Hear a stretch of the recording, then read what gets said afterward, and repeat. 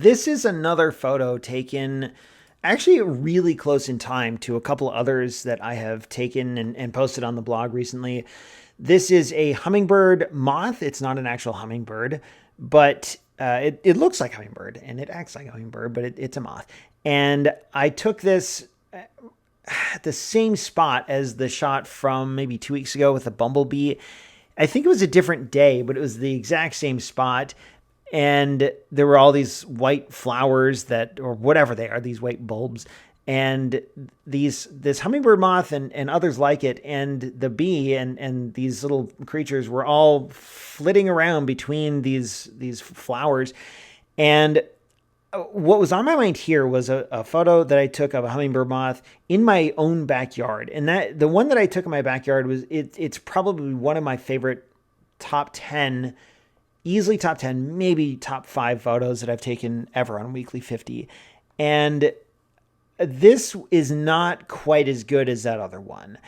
And I debated whether or not I should even post it here on Weekly 50 because it is like an iteration or it builds on that previous one, but it's not, I don't think it's quite as good because the moth is flying away from the camera. And I really would have liked if the moth was just facing a little bit more towards the camera. But whatever. I mean, you can't get everything all the time. But that one thing aside, there's so much that I like about this photo that I learned from it that I thought, you know what, I'm going to go ahead and post this on Weekly 50. Number one, the lighting. This is the third picture now that I've taken from this spot that is just completely backlit in such a cool way. And here that you can see the sun just shining through the wings of this moth. And it's so cool to see that.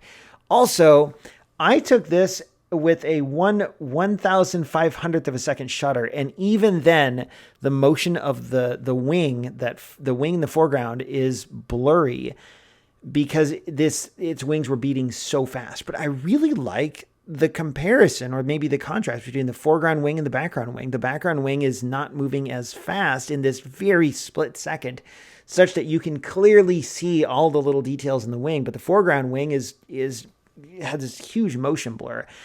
I also like the orange backlit proboscis or whatever you call that thing sticking out where it drinks nectar. That was the lighting here is way better than the lighting on the original photo that I took of the hummingbird moth in my backyard.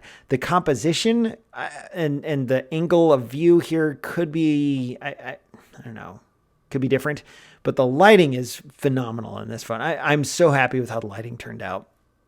And I like that it captures not just emotion, but like motion with the wings, but motion in that you can tell this thing is about to go in for a drink.